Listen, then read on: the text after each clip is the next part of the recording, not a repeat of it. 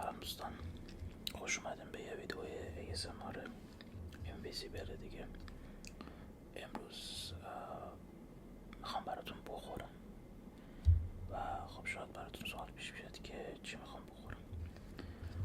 همونطوری که نمیتونید ببینید تو تصویر، میخوایم این کینگ کراب خیلی بزرگ و به صورت اینویزیبل براتون بخورم.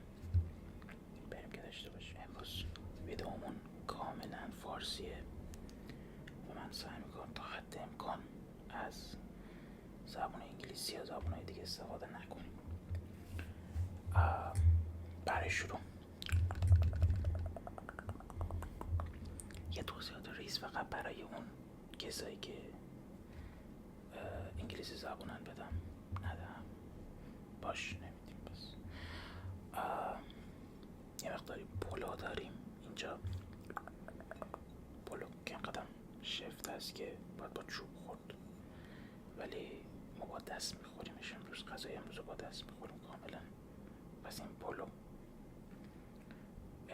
مورد دیگه ای که داریم مقداری لیمو داریم تو این ظرف و این لیمو رو قراره بچکنیم روی این کینگ کراب.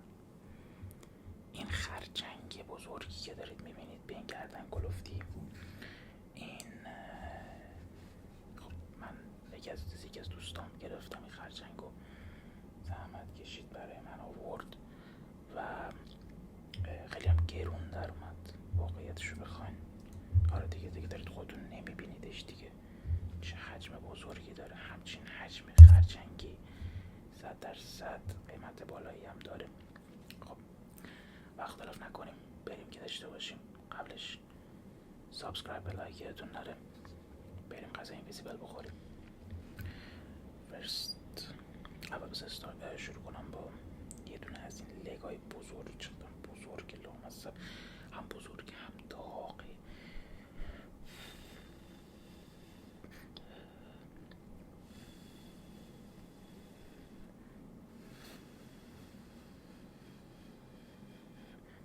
خب یه دونه از این لگاشو بردارم، یه دونه از این پاهاشو بکنم.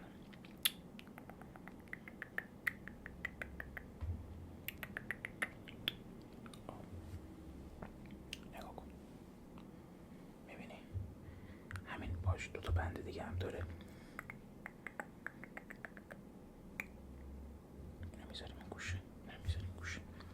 یه مقدار از این لیمو رو من برمیدارم با یه دونه از این پا آروم میچکنم روش. خب این الان با پوست که نمیشه طبیعتا خورد، پس باید این گوشه داخلشو در بریم. من کاری که میکنم اینه که یه مقدار اینو دو طرفشو چاک میدم خیلی آروم، یه جوری که یه دونه چاک این ور خیلی کوچیک پنزی میدم. حالا اینو این شکلی در میاریم.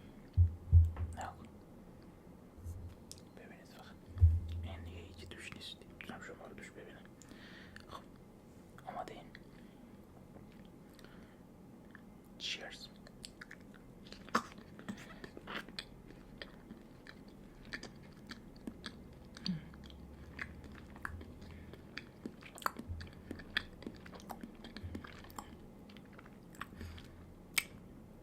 از چیزی که فکر میکردم خوشمزه تره. بذار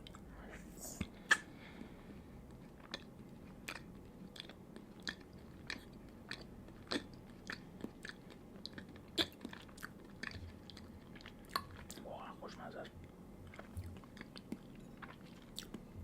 از این برنجی ذره اینجوری برمیداریم.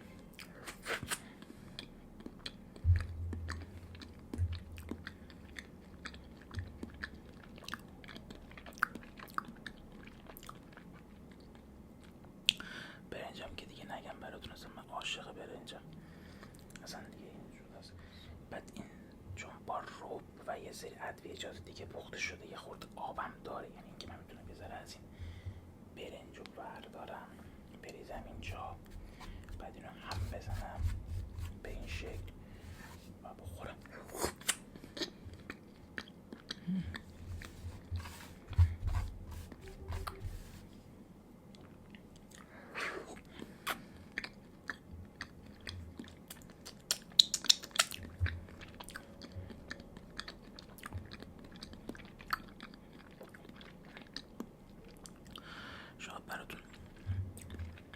پیش بیاد که چرا دستکش دستم نکردم و خب سوالش کاملا مشخصه به این دلیل که واقعا هیچی دست خودت نمیشه. یعنی اگه دستکش دستت بکنی انگار که داری با یه دیگه پلاستیک غذا میخوری و پلاستیک به غذای داغ میخوره و میبینید که اینم چقدر داغه. بریم سراغ تیکه دوم. تیکه دوم یه ذره زیادی چقره، پس من باید بگیرم بذارمش لای این بره های این صورت و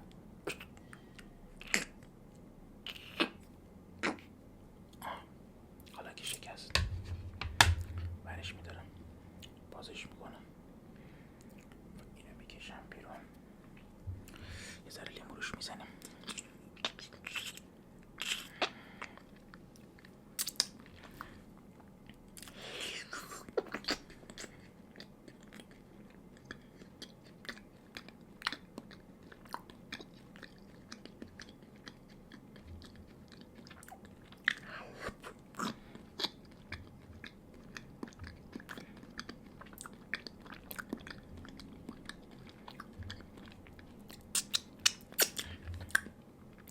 همه پولی که برات خرج کردم حلاله.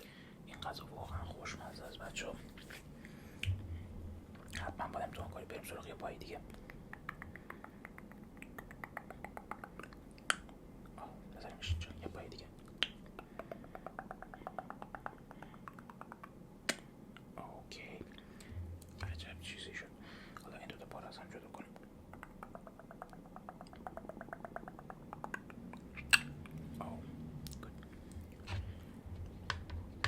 عادت کردم زبونم مستقیم انگلیسی میشه دیگه، اینقدر که من تو این ویدیوها فقط انگلیسی حرف زدم.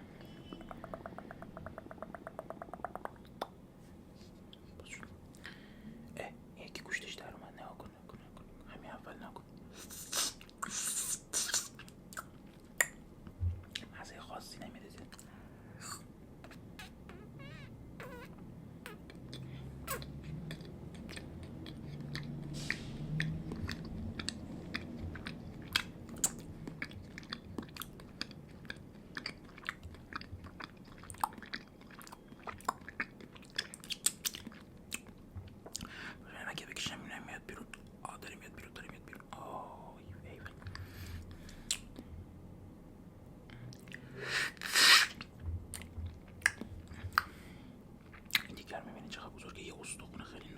وسطش داره که باید مواظب این باشید وقت دارید میخورید.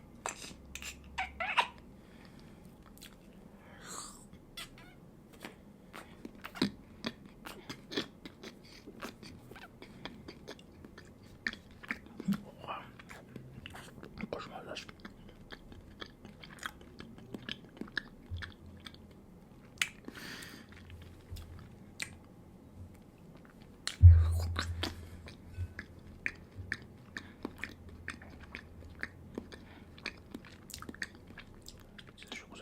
برنج گذاشتم کنار برای روی مغزش، تو این سرشو که باز کنی داغم هست. خب یه دونه دیگه بازو اینجا داشتم، اینو در بیارم.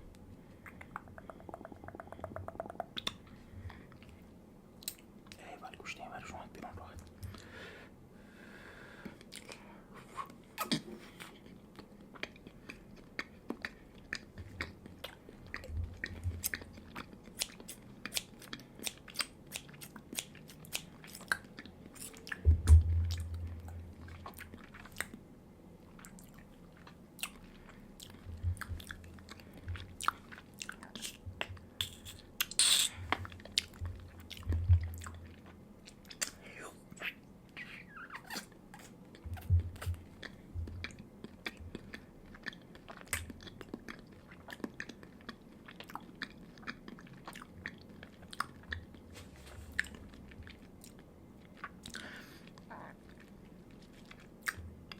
گوشتش یه بافت عجیبی داره، خیلی شبیه به میگوه تقریبا میتونم بگم مزه گوشتش، ولی یه ذره شیرین تره این کار نسبت به میگو، ولی خیلی طعم خوبی داره واقعا.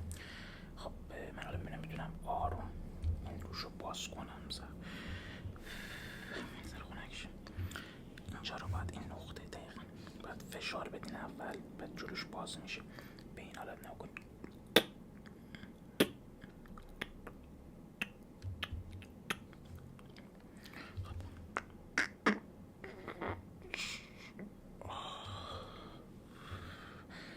بخورا ببینه این بالاش هیچی نیست، آشغاله میشه بلزی دور کشید. این توی مغزش یه سری آشغاله داره که من الان با دست اینا رو جدا میکنم. اینا رو نمیشه خورد. اینا رو تا گوشه های شاخه کشه، اینا خوردنی نیست. دوتا از این پاها مونده، بذار من جدا کنم. یکی دیگه میبرم بذارم اینجا. این چیزیه که شما باید وسطشه و میتونید بخورید. مغز داخلش رو میبینید، اصل کار مغز داخلشه. یه طعم خیلی خوبی داره و خب گوشتای دیگه.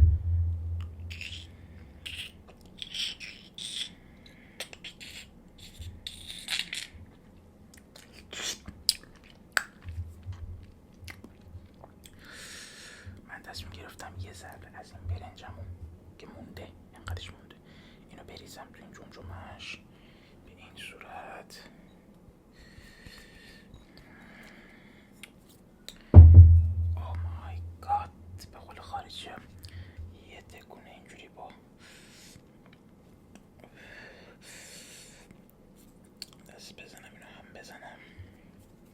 ببین این مجوری که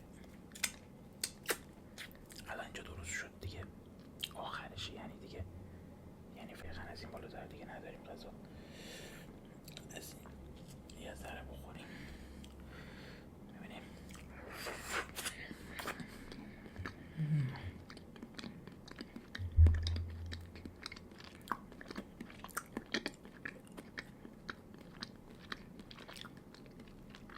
واقعا خوشمزه است، واقعا این غذا، یعنی نمیتونم بهتون بگم. نگاه کن فقط.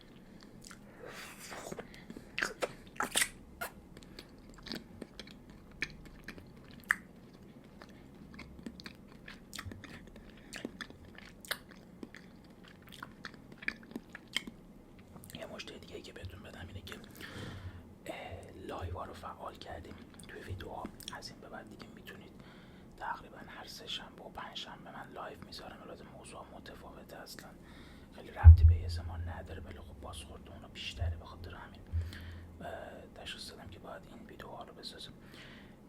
مسئله دیگه ای که هست اینه که دسری که قراره برای این ویدیو بخورم یه بستنی کوچیک اینقدی در نظر گرفتم براشون و میخوام که اون بستنی رو به صورت واقعی بخورم براتون که بتونید قشنگ تجربه کنید، ببینید که غذای فیک یا نامرئی بهتره یا که غذای واقعی. فعلا اینو تمامش کنیم. اول یه ذره از این خوشمزه مونده. خیلی داغه.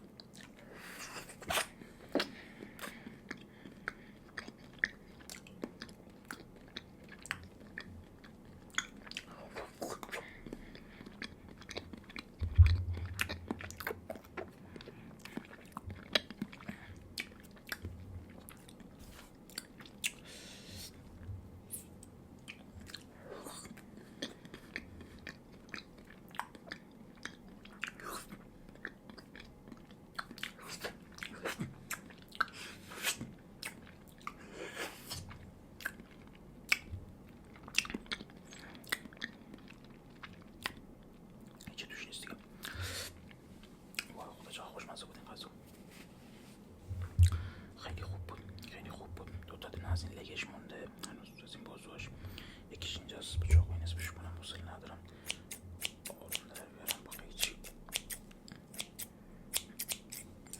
بازش کنم. گوشت رو ببین وسطش، تو گوشت رو ببین یه استخون ریزم وسطش دارم.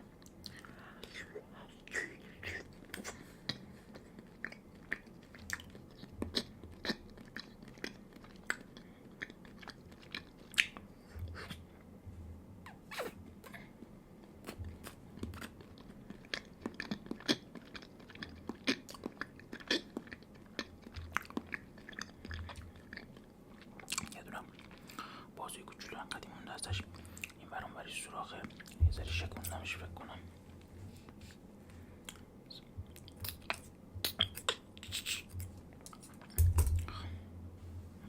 ببینم ورد بکشم میاد.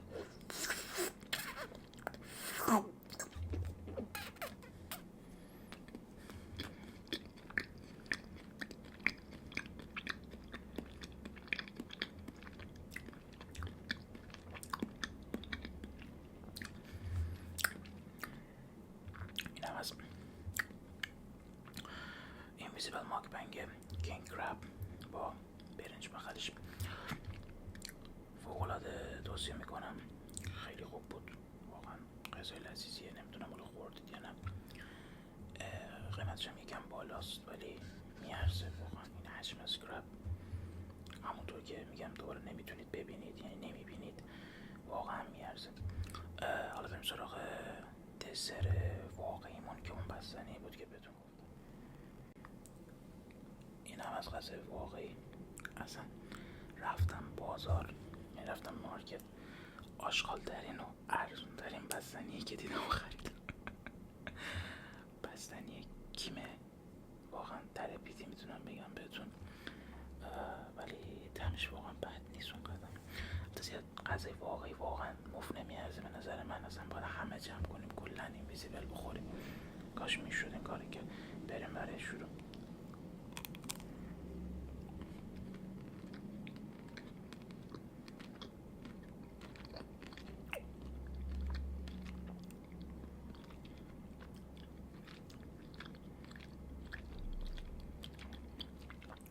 دندونم یخ کرد.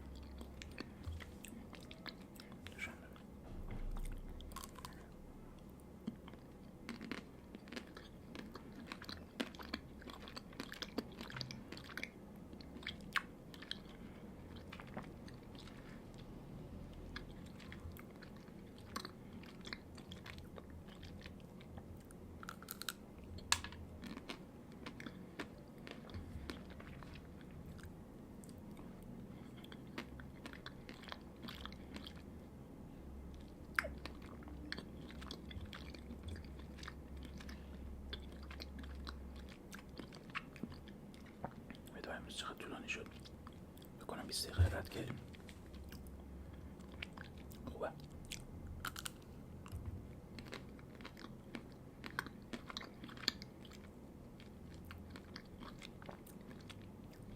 توی بستنی های مارکتی شما چه مدل بستنی رو دوست دارین؟ برام بنویسین تو کامنت. بعد من برام سواله ما چرا انقدر کامنت ایرانی کم داریم؟ درسته محتوای پیج کاملا به زبان انگلیسی قالبه، حالا لابلای زبان ترکی هم داریم، ولی من ویدیوی زبان فارسی هم فکر میکنم گذاشتم. حداقل که میدونید که من ایرانیم. چرا کامنت های فارسی انقدر کمه؟ و اون دوستانی که ایرانی هستین، حالا درست الگوریتم یوتیوب اینجوریه که کامنت انگلیسی ریت ویدیو رو میبره بالا، ولی اصلا لزومی نمیبینم. حالا حتما هم انگلیسی با هم حرف بزنیم، میتونیم فارسی هم کامنت بزنیم. بخرش الان میریزه اگه بخورم.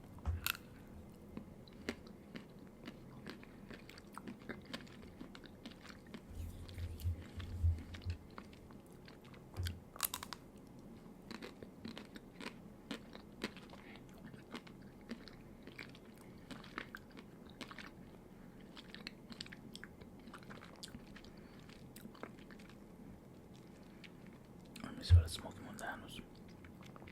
گوش میخوای بریم؟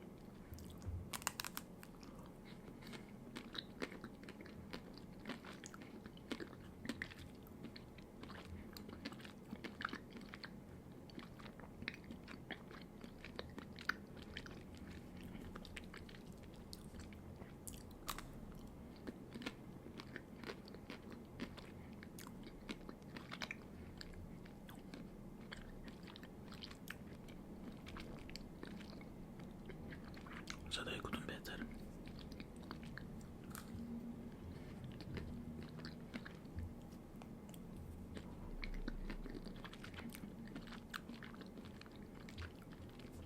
یه گاز نه بابا، 3 تا گاز راحت.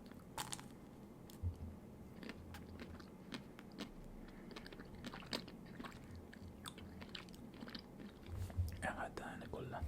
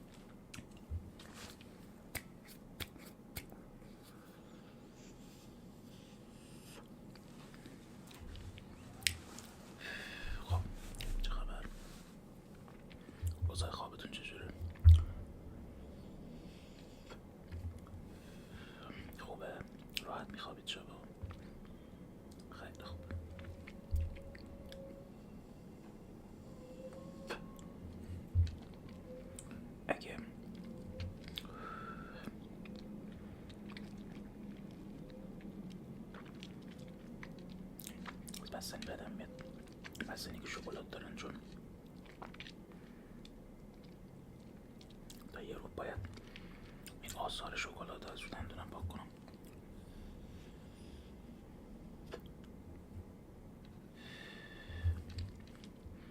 خب اوضاع چطوره؟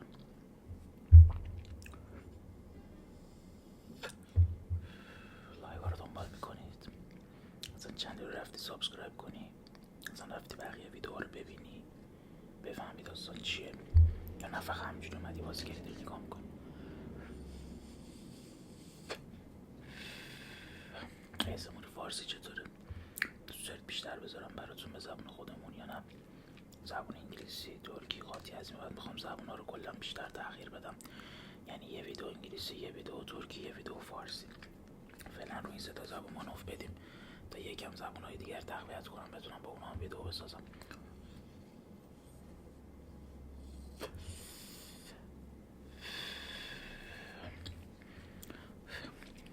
مثل همیشه میدونید که دوستتون دارم.